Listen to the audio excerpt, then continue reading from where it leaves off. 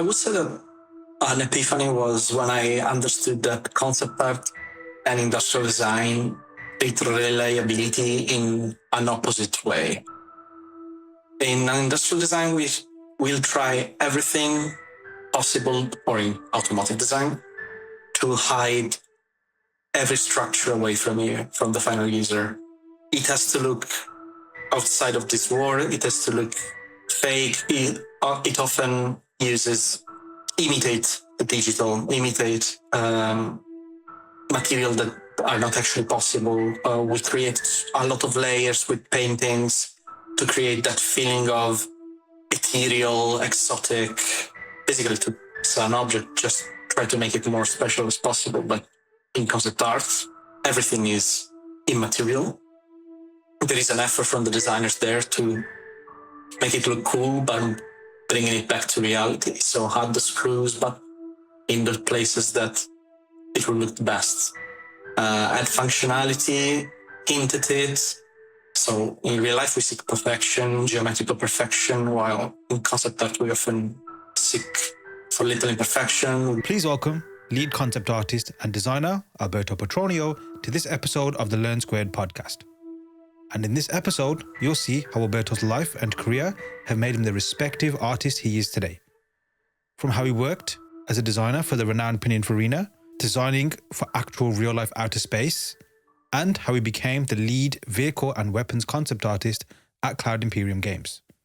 So let's jump in and hear more from Alberto about deep topics like semiotics, building teams for the demands of modern concept art, and balancing all the things a creative human has to juggle to try and stay successful, and much more.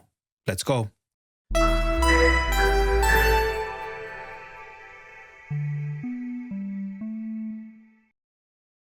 Cool. All right, let's go.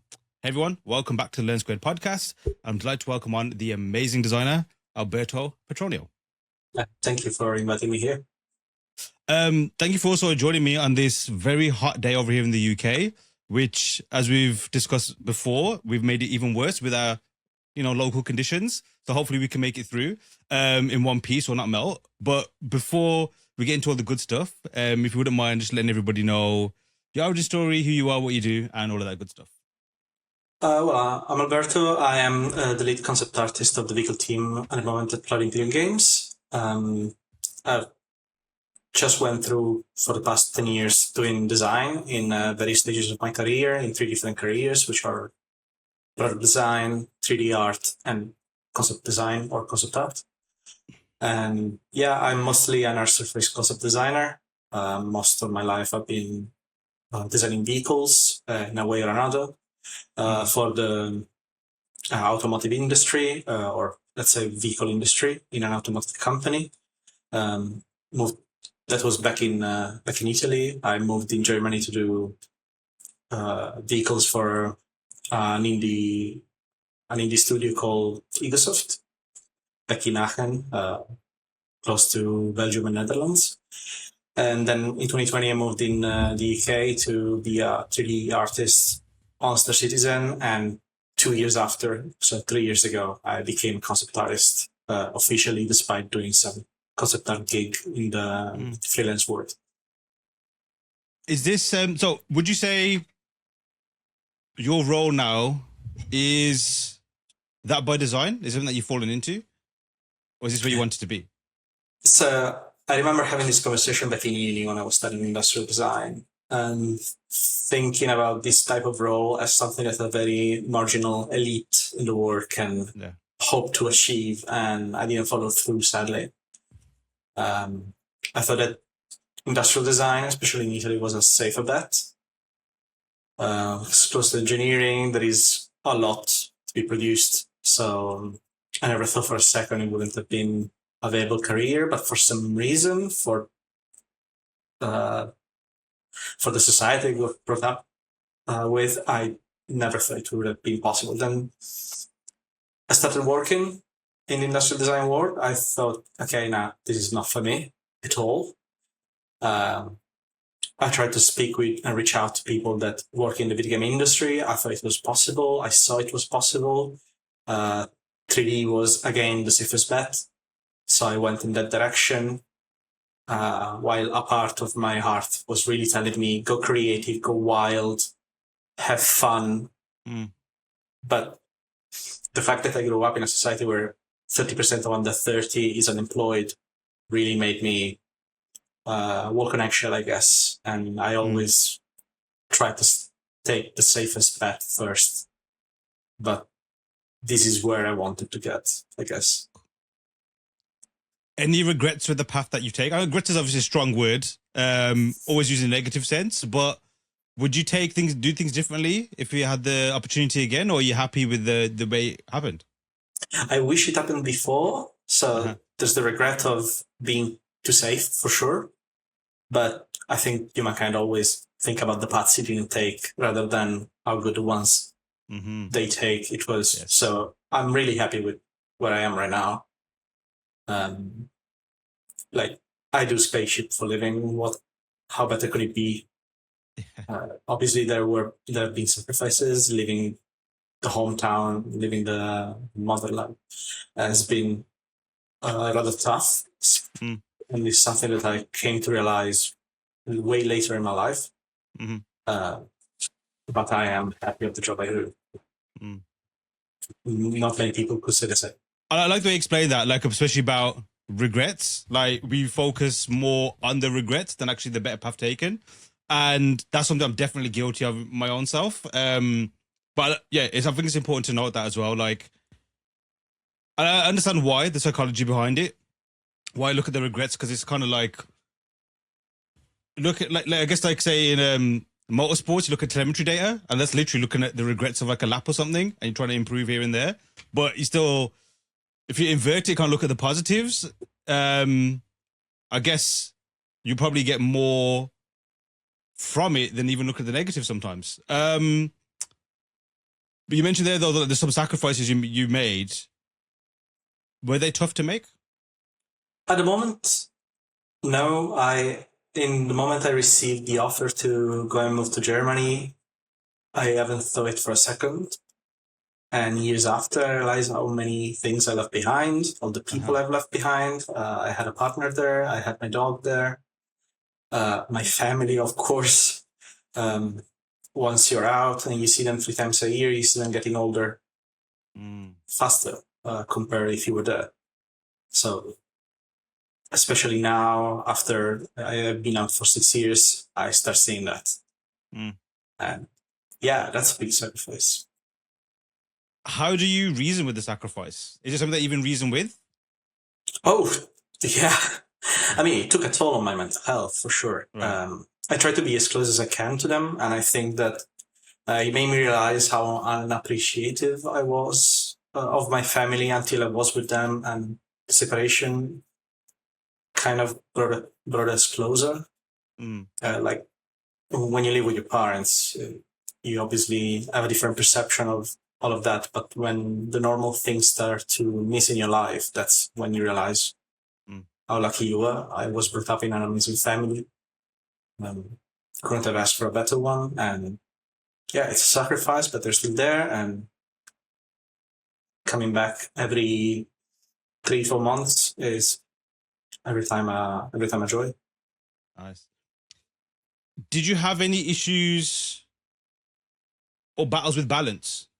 Whilst even like just moving away? It's like, for anybody moving away, even in the same country, is a big thing, let alone abroad, trying to earn a living, build a career, and then, like you mentioned, the family stuff as well. How are you with balance now? You mean balancing time or balancing your attention towards work versus family? I guess both, but yeah, more the second one. Oh, yeah, well, I guess I've been kind of a workaholic for the first 3-4 years. And when I became a lead, I think I decided to calm down a bit and start to live a life outside of the office time instead of going home and do more work of the work, like personal stuff. I still do that, of course, and still do it passionately and quite intense, but I'm in my 30s. A third of my life, if I'm lucky, has passed me by. I need to start living that as well. Not make all of it about spaceships, which are cool, but yeah, start dedicating more time to people, and investing in a more personal future as well. Uh-huh. So yeah, definitely there was imbalance in the beginning, especially when I was in Germany. I was also isolated in countryside. It was difficult to meet people, so I was always grinding on Blender, always doing stuff, in learning stuff. It paid back, of course. But once I accomplished something I was really proud of, I took a step back, started concentrating more on personal relationships, invested in a relationship with my partner. It was a moment. It's personal, I don't know if I want to say it. I'll say it, and I won't think about it. I got offered a job at some point in Denmark, and I was super, super happy. It would have changed, was going to change my life. Move back in the EU, which is a thing I crave from time to time, because will make my life much easier from a bureaucratic point of view. But now it's fine. Nice job, nice place. Denmark is awesome. Second happiest people in the world.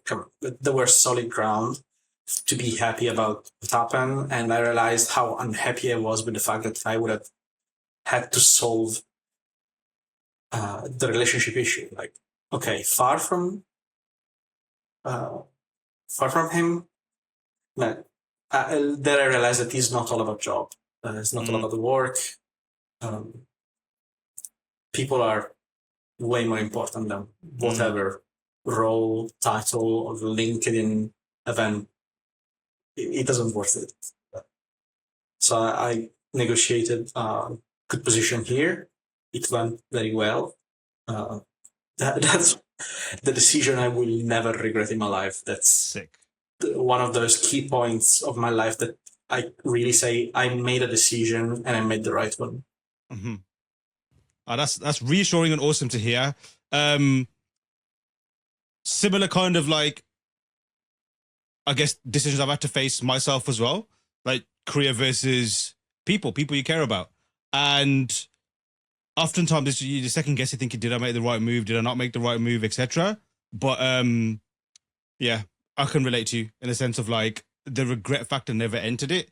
And I mean, did it kind of like, what did it kind of made you realize? So actually a better question to ask, going back a little bit. Even in career mode, you mentioned obviously like different kind of like stages and moving, etc. Obviously the difficulty of it also. What about positives? So moving out and all that kind of stuff. What are the kind of the flip side of like the things that you gained from doing all these things? First, there is no industry in Italy. It's not just a matter of salary. It's a matter of opportunities. Like there are no massive video game companies or big video game companies. There are not a lot of opportunities for growth. A promotion there doesn't mean much. It's very stuck in the 90s, I think, in the management style, or at least, I don't want to speak bad or badmouth Italy in general, but yeah, you can see in the economy charts that there is not a lot of place for us. So I got to live in two countries that I would have never known otherwise. I enjoyed my time in Germany, although it was not too long, it was just 1 year. And I've passed 5 in the UK. I've learned English pretty decently, at least compared to where I was before. I got to learn a culture that is quite different from mine. Still a Western culture, still not that dissimilar. But it opened my mind a lot. It opened my mind a lot about my own country. I understood so much about Italy being outside of it. A lot of things I give it for granted. A lot of things I thought they were normal all over the world. Let me appreciate the food way more. And yeah, opened my mind as an artist as well. Let me know a lot of people, a lot of interesting people. Manchester, for some reason, is a hotspot of artists. Yeah. now there's so much I gained from living abroad. You also mentioned you were in a workaholic phase, and I know a lot of people who are listening are at different stages of that. Either they're in it, they're at the beginning of it, they're at the phase where they realized they need to take a break, like you mentioned, or like at least make a bit of a change. What is your origin story for the workaholic journey that you went on? I just wanted this so much and understood that there was no chance I would have got it without doing that on the day and the evenings. And I did it for years.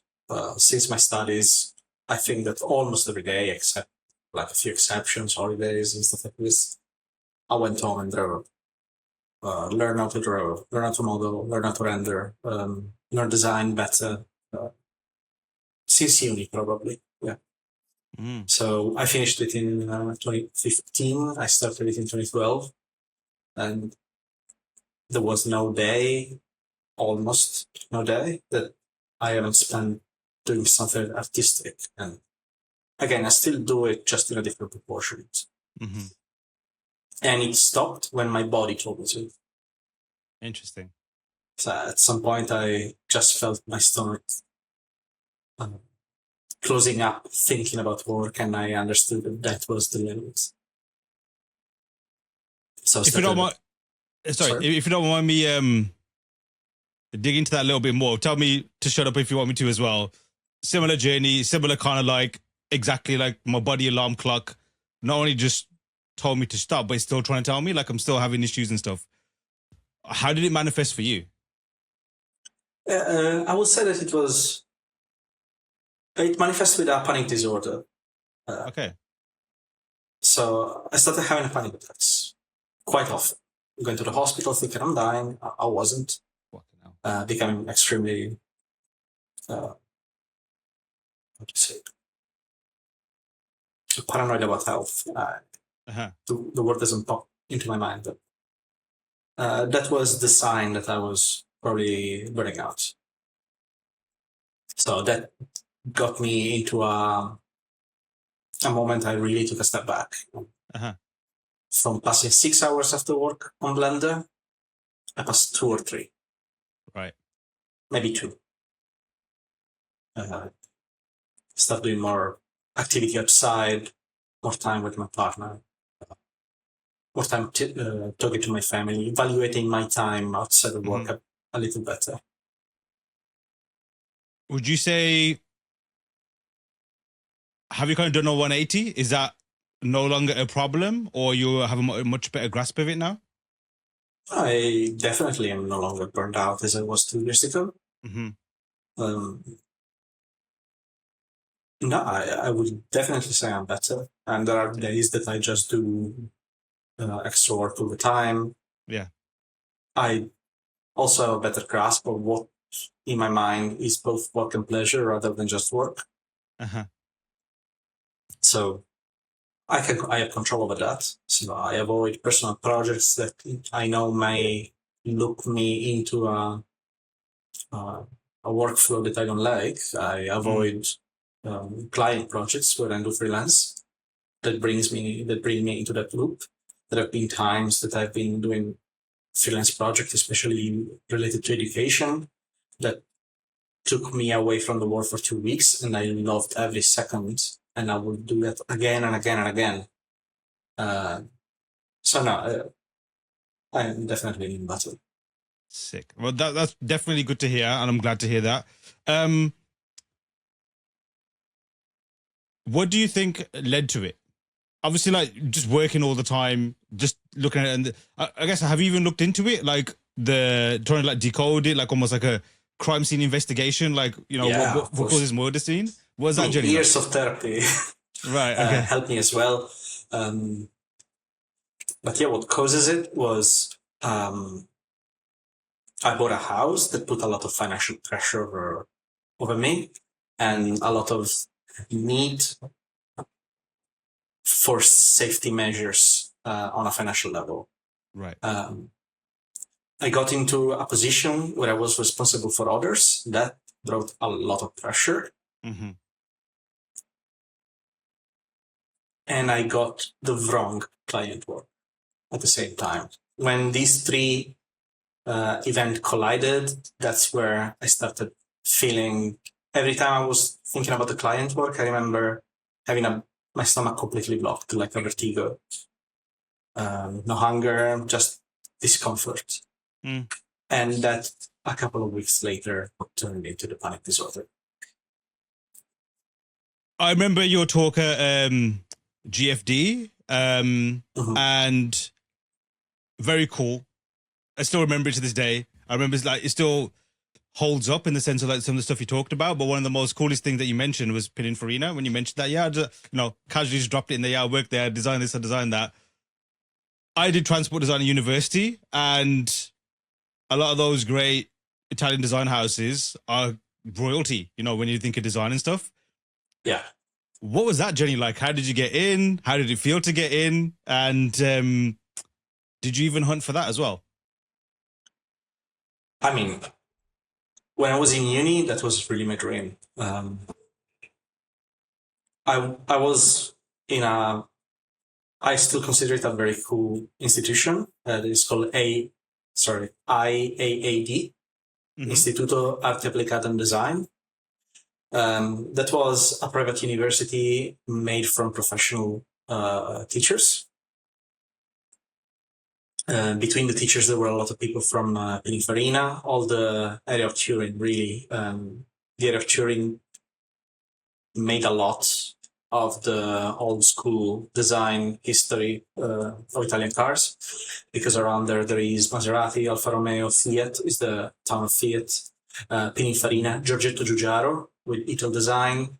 So I was aiming to go or in Pininfarina or in Ital Design, possibly. Yeah. One of my professors was from Pininfarina. I asked him to give me the possibility to make my thesis project with them, with the section extra that at the time was not a court with the rest of Pininfarina, and they were making everything that was not a car, including transportation design. And actually went there proposing a project related to yacht, and the vice president was interested, Francesco, and he said, okay, this sounds cool, but do you mind if I propose you something? And he said, would you like to investigate space livability? And I was like, of course, I would like to investigate that. So for 6 months, we investigated, since they are partnered by Talenia Aerospace, and they built in Turin 3 of the 12 modules of the ISS, including the cupola or the module Galileo. I don't remember the third one. But yeah, that sounds like a super cool project. Let's get with it. So that's probably the beginning of my path towards this. I was already passionate of sci-fi and concept art for sure, but that led to such a strong understanding of what I like to do. Sick. So we investigated a lot of cognitive research, what makes humans feel at home. You have to live in a think tank for 6 months. What can we do to make it more livable? What kind of shape, color, patterns, structures shape the mind to behave in a way rather than another? There are colors that are better for certain type of tasks. There are shapes, there are paths that you can take in a building that can shape your mind. If the furniture of a room move every time to time, you have to relearn it, and that activate the parasympathetic system in your body. You feel more relaxed, you feel better, lower your pressure. There's a lot we can learn to make the life of astronauts better. And for 6 months, that was my task, and it was absolutely amazing. And taught me so much to reapply in the following 4 years that I worked for Pininfarina, because most of my projects were on boats, and boats are not big most of the time. So you can reapply all your learning space living, that is the most extreme condition probably, to submarines, boats, farmhouses, tree houses, Antarctica research stuff. And that doesn't cost much to do, because if a pattern works better than another, the point is not to put golden toilets in Antarctica modules. The point is using certain type of lights, certain type of colors, and we'll manage to get a 1 or 2% more probability of success on a difficult mission. That's already a lot. Fascinating. Of working in that kind of space, no pun intended, and also like for real world applications, obviously, like when you do stuff for sci-fi, as amazing as it is and as fun as it is, even though restrictions are important, real world restrictions are real world and they are legit restrictions. What would you say is the greatest learning or takeaway or even like epiphany that you had working on these kind of projects that have served you well ever since? I would say that an epiphany was when I understood that concept art and industrial design treat reliability in an opposite way. In an industrial design, we will try everything possible, or in automotive design, to hide every structure away from you, from the final user. It has to look outside of this world. It has to look fake. It often uses the digital world to hint. I don't even know how to explain this. We often imitate the digital, imitate material that are not actually possible. We create a lot of layers with paintings to create that feeling of ethereal, exotic. Basically, to sell an object, just try to make it more special as possible. But in concept art, everything is immaterial because most of the time, unless very rare exceptions, it gets delivered through you of a digital medium, unless it's for theater, I guess. And there is an effort from the designers there to make it look cool, but bringing it back to reality. So hard the screws, but in the places that it will look the best. Add functionality, hint at it. We try not to uncover too much, because if I do a chrome sphere in a video game, it will just look like a video game. If I do it in real life, it will look amazing. So in real life, we seek perfection, geometrical perfection, while in concept art, we often seek for little imperfection. With draft map, we put it super high rough map. Everything is dirty, shiny, with a lot of fingerprints. Well, you would hate to see that on your glasses, on your car, on your phone. So why do you think? Sorry, it's a funny one. Why do you think that is, from your perspective? Simply because it stands out in the real life. Something that hints to perfection, like the perfect CNC curvature of a car. But in a video game, you have to bring back relatability and have to let the player feel immersed. So perfection is so easy to achieve on a digital medium that you have to do the opposite. Interesting.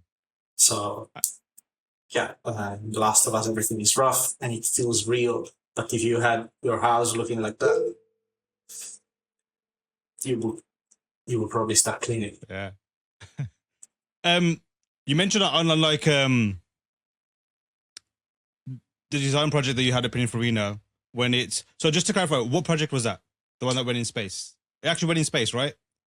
No, it was our research for right. for them, but no, it was not on an actual project. Right. It was a research project done because of all the connection that they had with the aerospace industry.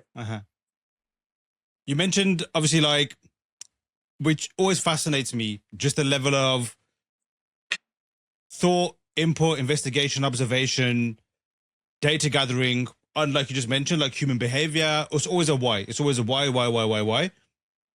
Do you enjoy that aspect of it? And did you enjoy that aspect of it? Oh, yes. Mm. One of the most interesting courses I've ever done in uni was semiotic. And I think that that's one of the missing parts from concept art. Is something that always is lacking in concept designers. And most of them still apply it, but they don't know they are. Yeah. So, semiotics studies the cultural use of symbols. But again, the cultural use of symbol, not the use of symbols. So how the human interprets something based on their past, something based on their culture, and how different culture can interpret different symbols, different colors. And semiotics take the significant from the meaning and try to apply it back in branding, communication, product design, could be anything. But I find it so interesting. Do you think that's the root of a lot of design problems, or where a lot of solutions can be found? I don't think it leads to a lot of design problems, but I think it can lead, not knowing it, to some dissonance. There are video games, movies, medias where you can find a lot of very cool, well-designed items in the wrong place. It tends to be the case mostly with things that should be utilitarian. And designers, because of their tendencies, always try to polish and make these shapes super cool, super slick. But I find myself brought out of that world when these cases happen. I guess that in real life we wouldn't put such sleek shapes on, let's say, a tractor. Yeah. Unless we're trying to sell the tractor in a world of tractors where all of them look rough. Yeah. But I don't know how well I communicated that. No, I totally agree, and it makes sense. I guess in the tractor world, they probably wouldn't be looking at the sleek shape. Their equivalent of a sleek shape might be just the suspension or how well it can handle X, Y, and Z. Exactly, but maybe you will find different. in real life the tractor that actually tries to be sleek to distinguish itself from the other brands. Yeah. But it will be the case of 1 out of 20, I guess, or even more. While it's often the case in the art world because the artists want this stuff to look cool. But I think the best artists, or the one I always got inspired by, know when to stop with the sleekness and with the aesthetic, and proceed to follow with very utilitarian shapes. I guess Aaron Beck is one of the best examples, where everything seems so relatable because you know when to stop. Yes. What's your grasp with it? What do you mean? Like it? Like with semiotics, like how... What relationship do you have with it as a designer? Like, is it something that you've kind of wrestled with, or do you feel like it's almost like, part of your pencil case and you can just use it as and when you need to? I think it's a fundative area of my design. I think I am very careful about it just because it never left me. Maybe I fail at it often, but I'm often the one that calls for less attention on details in our team, because now these objects shouldn't be that polished. We use what will be the user experience error to deliver the fact that this design was designed quickly, was designed poorly, and that's part of the story, part of the lore. We have a lot of manufacturers in the game I work on day to day. Not all of them can be the coolest. So there's definitely that, and a lot of people speak about the balance between function and shape, or function and aesthetic. And I think you should balance aesthetic, function, and communication. Something can be functional, something can be beautiful, but if you're making a tractor looking like a Ferrari, maybe you should rebalance that out. I think they nailed it perfectly in Death Stranding, for example, where what is utilitarian looks utilitarian. I'm glad you mentioned all those things, because one thing I really appreciate and what I enjoy about your work, because there's like different ways to observe and appreciate artists. One is just admiring what they do. Secondly, when you're trying to, like, study something or even understand what they're trying to communicate, it's how they do it. The way the animations that you offer to not only show off your design, but show how it works, that's what I enjoy the most. It's almost like as soon as you start showing the function of what you've designed, I'll forget about how it looks. I'm more fixated on, like you just said, what you're trying to communicate with it. What is its purpose? How difficult is that for you to do? To animate or to communicate? Yeah, both. I learned 3D on Rhino, but right after I went on Cinema 4D because I liked the animation and because it's so much easier through animation to convey a function. And it's much easier if you animate something to correct it, to avoid intersection, to understand how everything works. I don't think I could. I always animate. There's been the case of many times we did things quickly and didn't animate them, even the most easy part. And we didn't realize that some of the doors inside our spaceship were poking outside of the spaceships when the doors were opening. So we had to rethink the door itself after. And when you give that task to a 3D artist, which is not trained or is not trained to do that type of iteration fast, where you're losing time. So as concept artists, I think we're quite careful on all of this, and everyone in my team animates regularly because it's at this point I think is mandatory. I hired all my team knowing they were capable of doing it or capable of learning it, at least. How far does it... sorry, please. I wouldn't say it's for my job, at least optional. And how far does it enter your creative process now and your workflow? From the beginning. Maybe not from the very beginning, but yeah, quite immediately.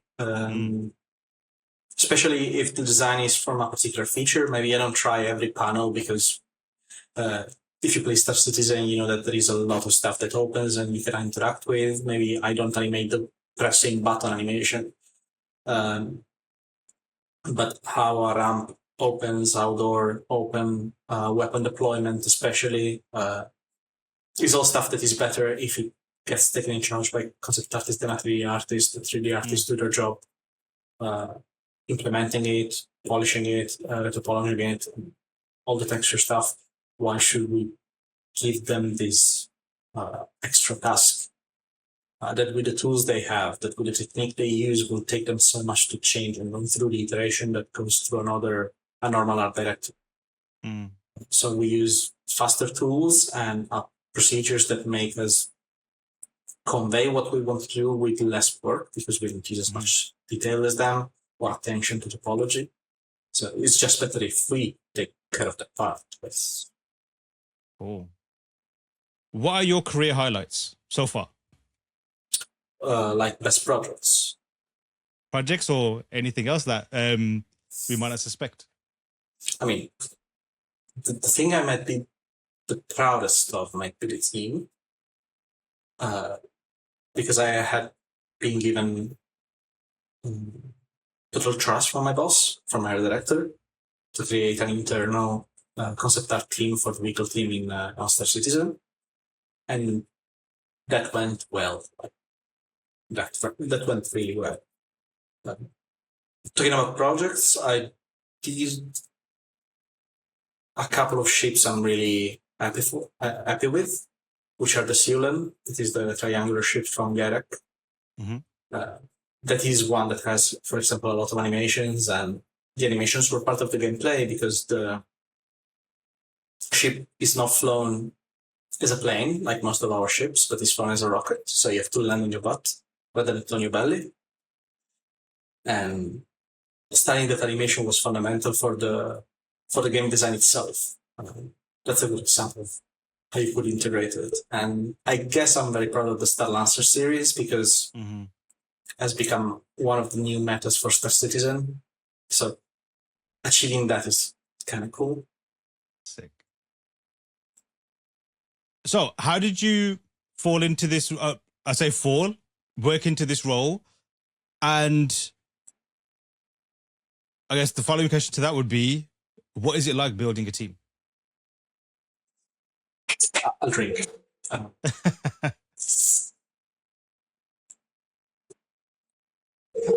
So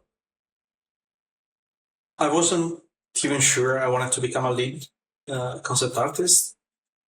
I always thought that principal would have been a better option for the people that care about the title. Or it would better describe what I like to do with my art. So leading the art itself rather than the team that does it. So just for those not familiar, what are the differences between principal and lead? Well, in theory, a lead is the manager of his own team, mentors his team, and take decision for the team. Hire people, decides what project they work on, how they should get better at, and on what and when. And is the stepping stone between the art director and the concept team. A principal, again, in theory, it depends company by company, but standing to the tech world is generally the guy that decides how you work. He creates benchmarks, works in autonomy, experiments new workflows, define the workflow. So I was at a point in which I was deciding between these two. And we tried to hire lead concept artist. It wasn't a successful offer, apparently. So some month after, I decided to think about it. And we started interviewing people, hired three guys initially, and then one joined us a year ago. And it actually went really well. There's a lot of responsibility, of course, in regards of the people you hire and in regards of the company that let you hire them. So the pressure was quite some. I think I got really lucky with the people I got because none of them gave a problem ever. They're all extremely passionate and extremely talented people. But I also hired them from the networking rather than the application coming from above. So I had the pleasure to talk before I hired them with all of them. And I think that made it such a safer bet. Because you didn't have bad surprises. You know their work. You know how they do their work because you've spoken before. I mean, because of that work is such a small world that this happens anyway. But we often go to events. There is always one-on-one in London. We met there so many times before they actually came working for the company. It was just a natural step. I guess it's kind of like a very long job interview, but a very casual one because you're getting to know, I guess, the person. How would you say it compares versus like the traditional kind of like you said, the route of getting a job or hiring somebody, which is an application process. You go through, all the steps, etc., interview, and then hire somebody, versus like you just showed, which I guess in a more organic way. Like you've already got kind of like I guess, correct me if I'm wrong, of course, a take on what these people are as people, also as what they are as designers, etc. Like what are the pros and cons for each one, if there are any? Well, they came through a normal application. So we still had to go through the interview process, of course. I was not the solely decider about this hiring, but having told to them before, I knew, first of all, how the portfolio was made, how fast it was made, because they're a beautiful piece of portfolio, but I've done in 1 year, 2 years of work. How can you trust that? How can you set that bar, the standard for me, and then not replicate it easily in time dictated by someone else, not for me? So there was that.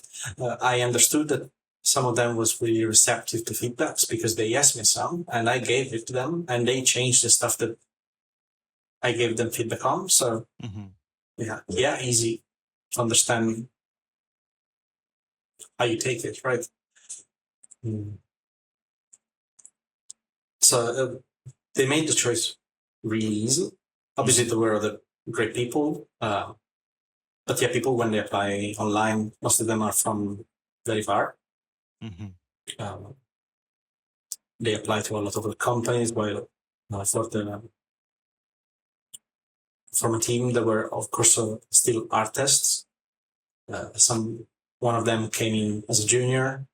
Another one came in as a lead concept artist, so the standard. And yeah, we designed a specific art test just for them. The old one we have was very focused on environment design, so I wanted something that would give me a bit more of a grasp of how would they work with the typical day we have instead, because we don't do environments unless it's interior spaceships. What kind of ingredients? And obviously, like the job, the needs, obviously that always fluctuates, so that can always dictate what you're looking for. But I guess, like in general terms or like in global terms, what traits, whether that's personal traits or even like technical traits, what kind of ingredients and traits do you look for and also are attracted to as someone who builds teams? Attitude is the most important for me.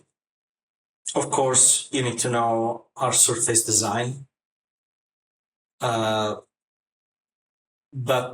a great designer with the wrong attitude can ruin your life, and you stay 1/3 of your day in the office, a little more actually if you include the lunch break, and more than a half of your awake life. So surrounding you with people that make your life easier makes all the difference in the world. I don't know how to say this more.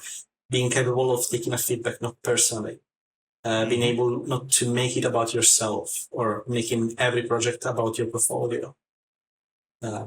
Being, and I mean it not in the corporate way, a team player, someone that can genuinely think about how to make others' life less miserable. That makes all the difference in the world. So that's my first one. Obviously, motivation. I look for people that can use 3D, because we do such complex subjects that in 2D it often doesn't translate as well. That like to engage with each other's, help each other's, give opinion, take opinion. Yeah, it's mostly about how you respond to the dynamics. Our work often changes, gives a lot of challenges. It's stressful because we are fundamentally doing the monetizable content. So there are strict schedules. The quality bar is quite high. but it's not all about portfolio. Obviously, without that, you don't go far, because that's the state of things. It's sad to say it, but that's fundamental, of course.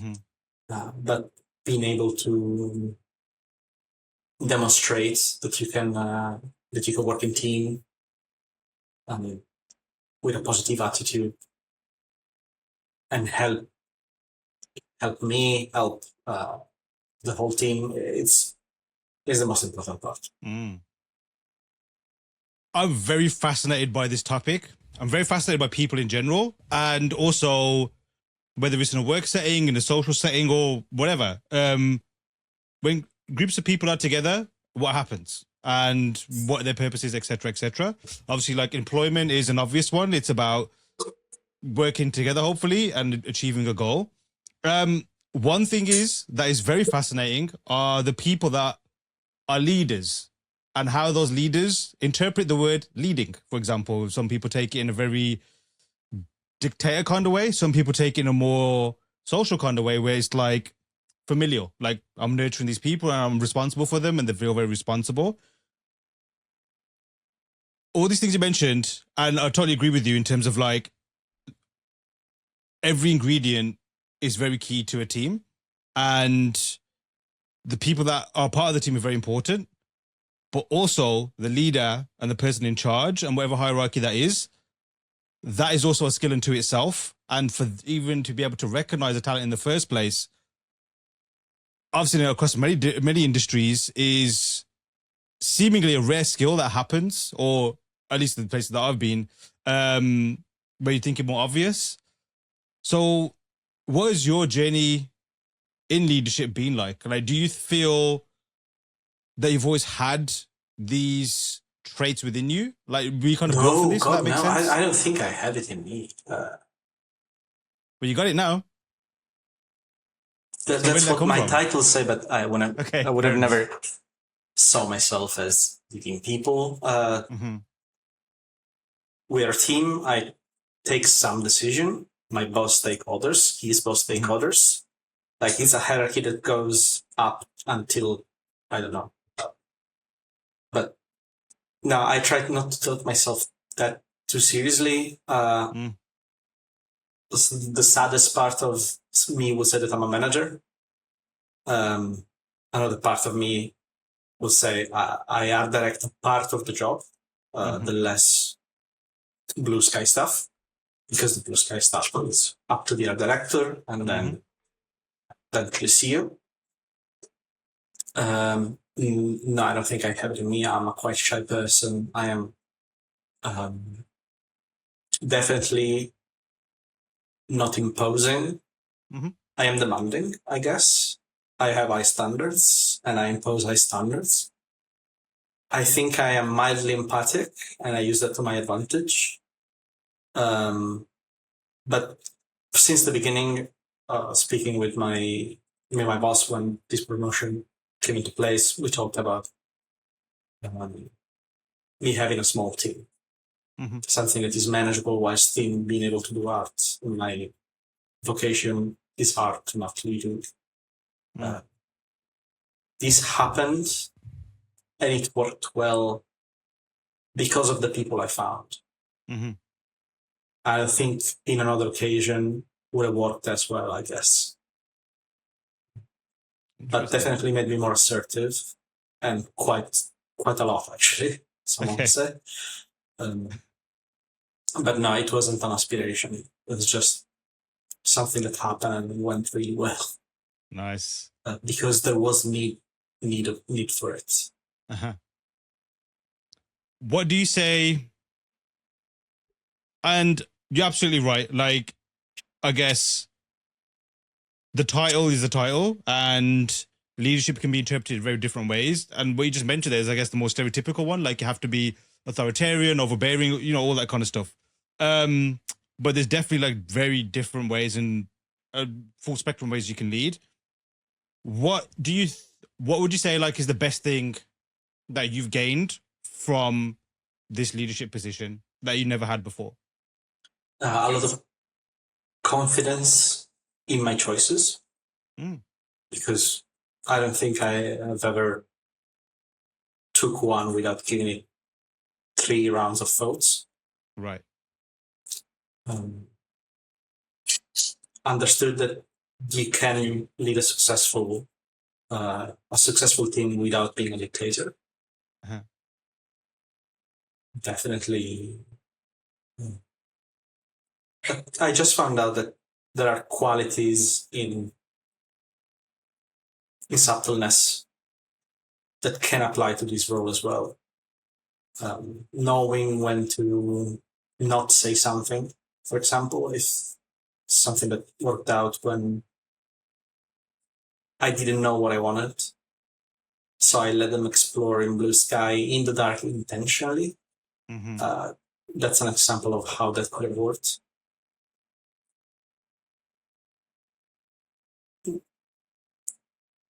Yeah, I understood a lot more art direction as well, because I had to convey the art director thoughts for my team and vice versa. Mm-hmm. And yeah, that was also not just useful, but good fun. Mm. Did you look into anything, I guess, into leadership, so to speak? Like research people, look up the topic, read some books, that kind of stuff? Or did you dive in? No. When the time came, I was quite worried and self-conscious. So there were the leadership courses provided by the company, but there were also a couple of books I've read into in forms of audiobooks, and just not my style. Most of these books are written by soldiers or ex-commanders. Yeah. Doesn't work on me. It was very useful to start small, giving people space, giving people trust. Yeah, you need the right people to do so. But as I said, I was quite lucky, and I understood at the time how they like to be led, what strategies they respond the best of, and work from there. Mm. So did you kind of like build your own curriculum, so to speak, in leadership? Like, did you build it yourself? Like, did you kind of like let yourself grow into, I guess, this role? Yes. Yeah. Definitely. I learned a lot from my art director. How he led me and never needed to say something twice, I guess. Well, it's always stuff twice, but never being too assertive. Yes. I just looked at good examples that I could see of a non-toxic way of doing this job. Use empathy, give space. I have to be assertive at times. That's always the case. I don't think there is any case where that's not necessary, but no more than this. Of course, with anything, when you specialize in something, you have to sacrifice something, which is something we spoke about already earlier on, or at least put things on the back burner. Has that happened to you? Are there things that you are not able to do now that you either did before or wish you could do more of now? No. But there is a distribution of tasks and projects, and you cannot take the cool ones for yourself. Okay. Not all of them.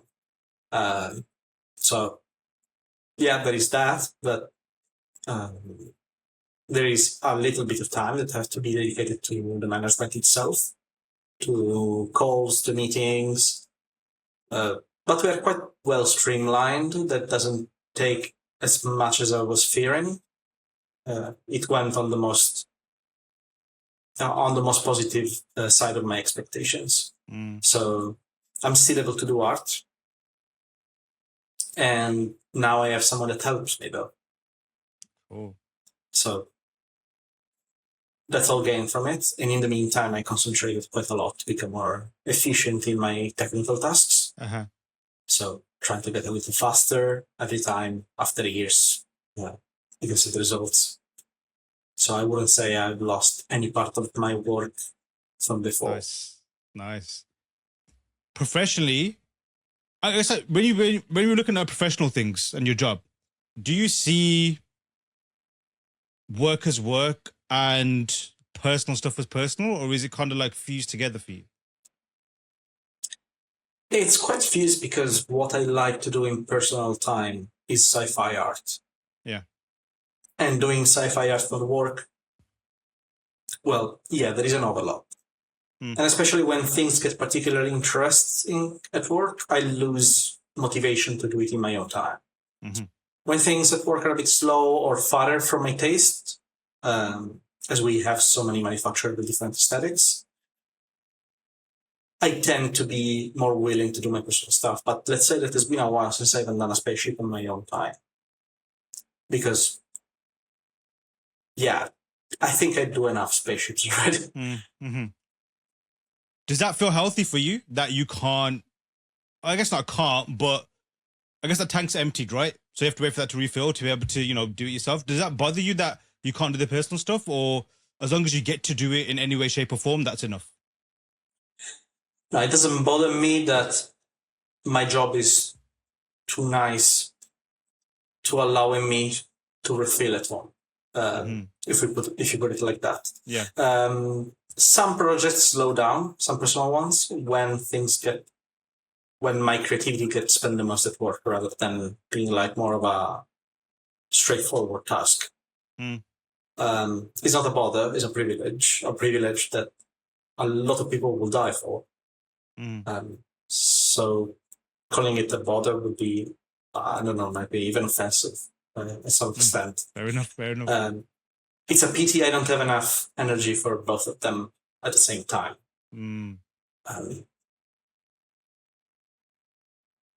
But it's not a bother. No, fair enough. Career-wise, obviously this was like an organic move that happened, and you're flourishing in it. Are you looking ahead at the future, like what you'd like to grow into next? Or are you happy to go along for the ride and see where it takes you? I'm definitely along for the ride. The future is so uncertain that it doesn't worth to overplan it. I have plan Bs, a lot of plan Bs. Until P or Q, probably. But, okay. But yeah, I had other opportunities that popped out. The idea of leaving the team is the thing that would make me the saddest. So I really don't know. I enjoy my time as Star Citizen, really. And when something new will come up, I'll think about it, but I am not planning ahead. I mean, there is obviously the art director routes, but I've seen many art director friends how much of that is management and how little is art. That I am really not sure that will be my best fit. Are those plan B to Q secret, or could you share some of them? I mean, it's a massive plan, but education is something I do for a couple of weeks a year, and it's definitely something I would do more if the occasion would arise. I teach in New Edge for a course for the first year of concept art for vehicle design, and I might even say that they are the most fun time I have during the year. There's nothing I like more, probably. I did it twice, and it was absolutely beautiful. Is it similar? Do you find it similar, or in the same kind of like, has the same kind of DNA as being a leader in a leadership role? Maybe it feels like your work is not just about the product, but about other people. So there's definitely more motivation into that than to concentrate on a product itself. Then when the product is art, obviously that takes a part of the meaning of what you do in your life. But teaching has that human interaction, and influence other people in a positive way that has really changed my perspective over the thing. Is there a particular thing or aspect that really fulfills you in this? It's the human interaction and the influence you can have over other people. How teaching the right things can make a difference. It's just more rewarding, probably. Probably, I'm also saying that because I don't do it for a long time, because I see it being really, really tiring. It can take a physical toll teaching 8 hours a day. But doing it, as I said, just a couple of weeks a year, that really makes it one of the best times. And obviously, we spoke a little bit earlier at the beginning about the balance that you've struck now as a result of obviously events in your career, in your life and stuff. What is Alberto's non-art life like? Or is there no such thing as a non-art life for you? I'm afraid there's not. It's always been about art since I was a kid. There was always a period I was creating something. Yeah. Whether it to be music or there was a couple of years where I really pushed all my creativity into The Sims. Doing very weird stuff. And I never been since I was a conscious human without creating. So even if there was no concept art, that would still be about creating. Yes. And what do you do to decompress? Like, is it still something creative that you do to kind of like, decompress and kind of like unwind? Or is it still linked to the act of creating something that allows you to kind of, because like for some people, it's a case of that you need to kind of have a counterbalance. For others, it's like, it's that you know, like the creative switch is always on, and somehow you just find ways to, I guess, find that natural balance and still be able to, you know, do what you need to do and still feel like motivated to do it as well, because you can always get burnt out from even the things that you enjoy. Well, there are ways to express creativity outside of the digital world that are definitely healthy. I tried modeling with like model kits, but I suffer any kind of muscular or chemical thing. So the glue and the paints of the models kill me, basically. Okay. So I don't do it that often. I started drawing back on paper. That's a relief. It's been quite useful. And then, sport helps. Cycling for hours, going one direction, exploring new places. Sick. Is it particular cycling on the activity side? Yeah, I guess the weather doesn't always allow us for cycling. So there is running when there is no cycling. But it's a way of pushing out the energy without creativity. Yes. How deep are you into that? Not much. Okay. I just have a cheap bike and I like to go doing 30, 40 kilometers when it's the case. Is it more like, do you like kind of like push yourself to get better at the act of cycling, or is it just an excuse to, is it a little personal spaceship, I guess, so you can just explore different things? I'm not a competitive sport guy. I don't care. Like, obviously, I care about being healthy because, as I said earlier, I'm very hypochondriac. But it's not about pushing myself to the limit and learning from it and grinding. Or I'm not one of those. But it's about shutting down. It's about passing so much time in the office, passing so much time in my studio at home. I need a bigger box to live in, and I need to stay outside to shut my head from the spaceships. Have you, in that kind of thing, because I've gone through and still going through like a similar kind of observation, conversation, and trying to find solutions myself, like not in a very like kind of like robotic, rigid way, but at least kind of recognize and understand how much I need of what and how to kind of use it and etc. How do you know, like, kind of like how long you need and what the kind of like tasks you need to do to kind of like resolve and get that energy out to when you're out of the office kind of thing, so you can be refreshed when you go back in, if that makes sense? Not a lot of time, really. We're talking about, I do it once a week if the weather is nice, or I try to get some movement every day, of course. The office is far from my flat, so I go by foot. That makes it easy during the week. Yeah. During the weekend, I try to get out a couple of hours a day. Hoping in a good weather. Of course. One final question before we head off. Final thoughts or words from yourself to the listeners, or even to your younger self? To my younger self, designing your life like if it was a product doesn't work that well if you're not a product. And I wish I would have looked less at charts about an occupation.